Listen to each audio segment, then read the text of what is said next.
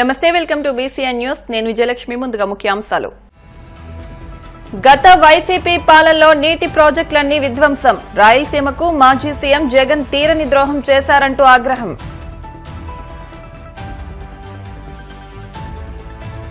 కూటమి ఎమ్మెల్సీ అభ్యర్థి ఆలపాటి రాజేంద్ర ప్రసాద్ ను అత్యధిక మెజార్టీతో గెలిపించండి. ఓటర్లకు పిలుపునిచ్చిన కేంద్ర మంత్రి పెమ్మసాని చంద్రశేఖర్.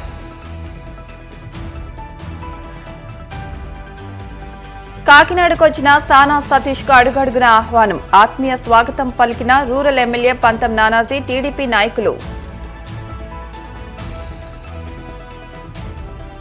నాణ్యమైన విద్యతో పాటు విద్యార్థులకు పౌష్టికాహారం పంపిణీ. ఎక్కడైనా అలసత్వం వహిస్తే చర్యలు తప్పవన్న ఎమ్మెల్యే అంజుబాబు.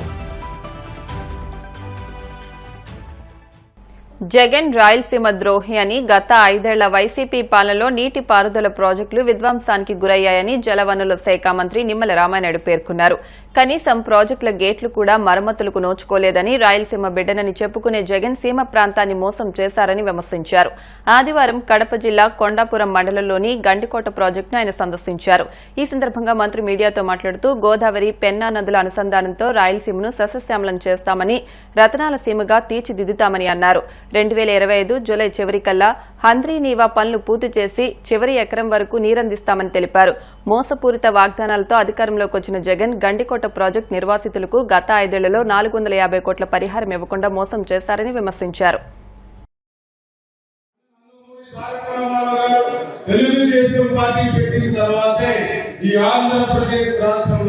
ఈ కాపు తెలగ బలిగ ఒంటరి కులానికి ప్రాధాన్యత ఇచ్చిన విషయాన్ని కూడా కొన్ని సందర్భంగా అందరూ కూడా గుర్తు పెట్టుకోవాల్సిన అవసరం కూడా ఉంది.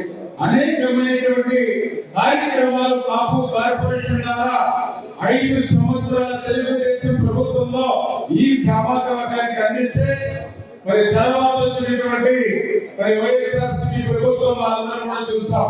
కాపు కార్పొరేషన్ 5 సంవత్సరాల్లో నిర్వీర్యం చేసినటువంటి పరిస్థితి.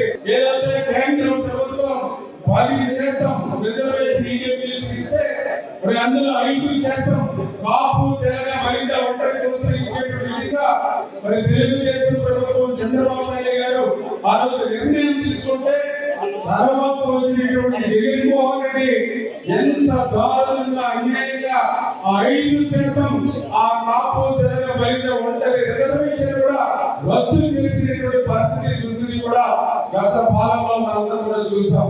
మరి యొక్క కాపు తెలంగాణ బలిజ ఒంటరి కులస్తులకి ఏదైతే ఆ బీసీ రిజర్వేషన్ రద్దు చేసినటువంటి వాళ్ళలో ఆ రోజు నేను సంజయ్ రెడ్డి, వాసు బ్రహ్మానంద రెడ్డి, నేను జగన్మోహన్ రెడ్డి.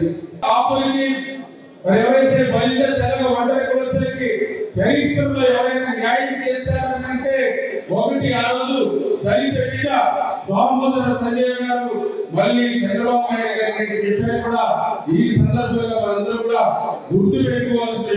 అందులో భాగంగానే మీ అందరికీ తెలుసు, రాయలసీమ నుంచి కూడా ఎవరైతే పెద్ద ఎత్తున బలిజలు ఎవరైతే ఈ ప్రాంతంలో పెద్ద ఎత్తున ఎవరైతే ఉన్నారో వాళ్ళకు కూడా ఒక గుర్తింపు, న్యాయం కొంత మేర జరిగించేదంటే అది తెలుగుదేశం ప్రభుత్వ హయాంలోనే. ఆ రోజు ఎన్టీఆర్ గారి మంత్రివర్గంలో సైతం ఒక రత్న సభాపతి గారికి గౌరవించేటువంటి విషయంలో కానీ, అదేవిధంగా ఒక పసుపులేటి బ్రహ్మయ్య గారికి ఒక మంత్రిగా ఒక సముచితమైనటువంటి స్థానం ఇచ్చినటువంటి విషయంలో కానీ, అదేవిధంగా మన పెద్దలు శ్రీ రామచంద్ర గారికి ఒక రాజ్యసభ దగ్గర నుండి ఒక సముచితమైనటువంటి గౌరవం ఈ ప్రాంతంలో ఇచ్చినటువంటి విషయంలో కానీ, పాలకొండ నాయుడు గారు కానీ, ఒక ఆదికేశ్వర నాయుడు గారు కానీ, ఇట్లా వీళ్ళందరికీ ఈ తెలుగుదేశం పార్టీ ఇచ్చినటువంటి గౌరవం మనందరికీ తెలుసు. అత్యంత పవిత్రమైనటువంటి తిరుమల తిరుపతి దేవస్థానం రైల్వే సైతం చంద్రబాబు కృష్ణమూర్తి గారికి సైతం ఇచ్చినటువంటి పరిస్థితి కానీ, అంటే ఈ రకంగా చెప్పుకుంటూ పోతే ఈ ప్రాంతంలో ఉన్న దానిలో ఎంతో కొంత పరిస్థితుల్లో న్యాయం చేసింది. రాజ్యసభ సభ్యునిగా ప్రమాణ స్వీకారం చేసి తొలిసారిగా కాకినాడ జిల్లాకు వచ్చిన సానా సతీష్ బాబుకు కూటమి శ్రేణులు అడుగడుగున ఘన స్వాగతం పలికారు. ఆదివారం రాత్రి కాకినాడ చేరుకున్న ఎంపీకి కాకినాడ రూరల్ ఎమ్మెల్యే పంతం నానాజీ, టీడీపీ నాయకులు పిల్లి సత్యబాబు, అనంతలక్ష్మి, కటకంశెట్టి ప్రభాకర్, నులుకుర్తి వెంకటేశ్వరరావు ఘన స్వాగతం పలికారు. అనంతరం యాత్ర సర్పవరం జంక్షన్, భానుగుడి మీదుగా కాకినాడ సిటీకి చేరుకుంది. ఈ మేరకు ఎమ్మెల్యే వనమాడి కొండబాబు, కూటమి నాయకులు సానా సతీష్ బాబుకు ఘన స్వాగతం పలికారు.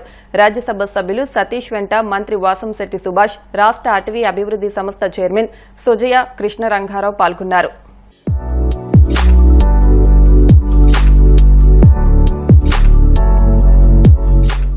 బాగుందండి, చాలా ఆనందంగా ఉంది. నా సొంతూరు ఇలాగా రావటం చాలా ఆనందంగా ఉంది. విశాఖ జిల్లా గాజువాకలోని రక్షిత డ్రగ్స్ ఫార్మా కంపెనీలో జరిగిన ప్రమాద బాధితులను పెందుర్తి ఎమ్మెల్యే పంచకల రమేష్ బాబు పరామర్శించారు. షీలానగర్ కిమ్స్ ఆసుపత్రిలో చికిత్స పొందుతున్న దేవ్బాగ్, ముఖేష్ గౌడ్ ఆరోగ్య పరిస్థితి గురించి ఆసుపత్రి వైద్యులను ఎమ్మెల్యే పంచకర్ల అడిగి తెలుసుకున్నారు. అనంతరం ఆయన మీడియాతో మాట్లాడుతూ ముఖ్యమంత్రి చంద్రబాబు, ఉప ముఖ్యమంత్రి పవన్ కళ్యాణ్, కార్మిక శాఖ మంత్రి సుభాష్ ఆదేశాలతో బాధితులకు అండగా నిలుస్తామని, పూర్తి వైద్య ఖర్చులను ప్రభుత్వమే భరిస్తుందని ఎమ్మెల్యే తెలిపారు. అలాగే వరుస ప్రమాదాలు జరగడం బాధాకరమని, సమగ్ర విచారణ చేసి చర్యలు తీసుకుంటామని ఎమ్మెల్యే పేర్కొన్నారు. ఈరోజు ఉదయం 5:40 గంటలకి రక్షిత డ్రగ్స్ కంపెనీలో ఫార్మా సిటీలో పరవాడ మండలంలో ఒక దుర్ఘటన జరిగింది. కార్బన్ డైఆక్సైడ్ లీక్ అవటం వల్ల ఇద్దరు ఎంప్లాయీస్ క్యాజువల్ లేబర్ అస్వస్థకు గురయ్యారు. ఇమీడియట్ గా కంపెనీ వాళ్ళు హాస్పిటల్కి తీసుకురావటం వల్ల నేనైతే ఇద్దరు సేవ్ అవుతారు అనుకుంటా ఉన్నాను. ఒక అతను వెంటిలేషన్ మీద ఉన్నాడు కాబట్టి మనం ఈ రోజు ఏం చెప్పలే. రెండో అతను అయితే ఈ రోజు సాయంత్రానికల్లా డిశ్చార్జ్ చేసే పొజిషన్ లో ఉన్నాడని చెప్పి డాక్టర్లు చెప్తా ఉన్నారు.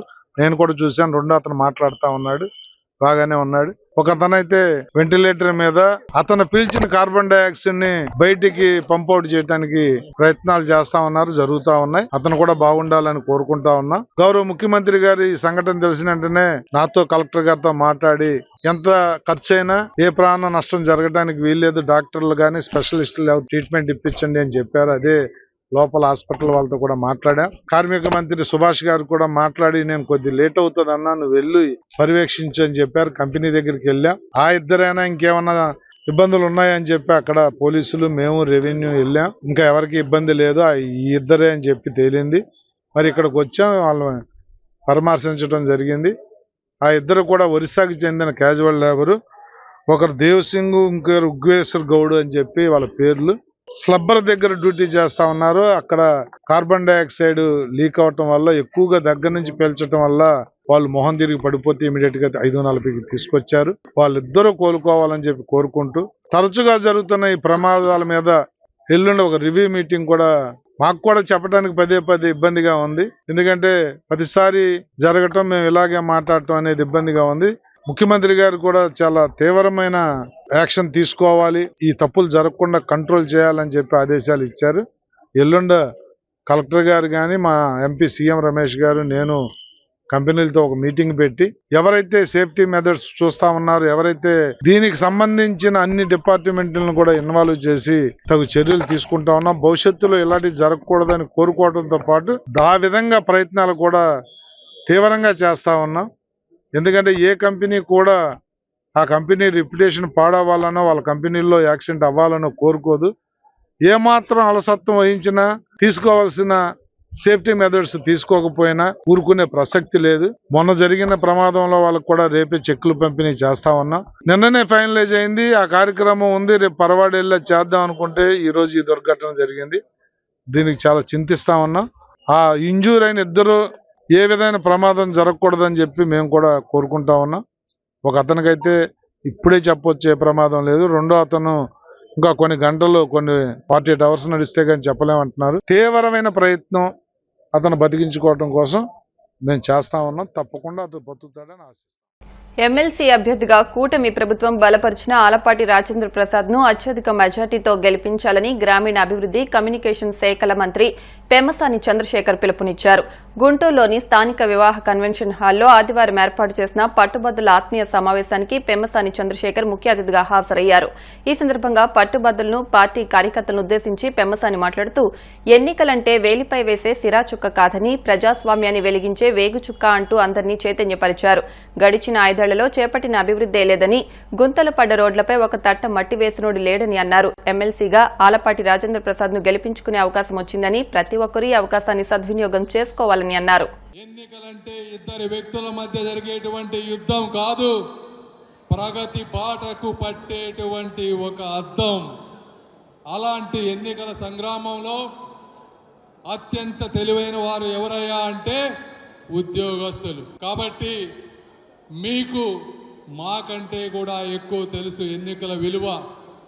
అంతకుముందు 5 సంవత్సరాల్లో మీరు ఏం జరిగిందో చూశారు. ఈరోజు ఉద్యోగస్తులు ఒక కంపెనీ అయినా ఒక రాష్ట్రం అయినా కూడా వాళ్ళ జీవితాలు బాగుండాలంటే ఆ కంపెనీ బాగుండాలి, రాష్ట్రం బాగుండాలి.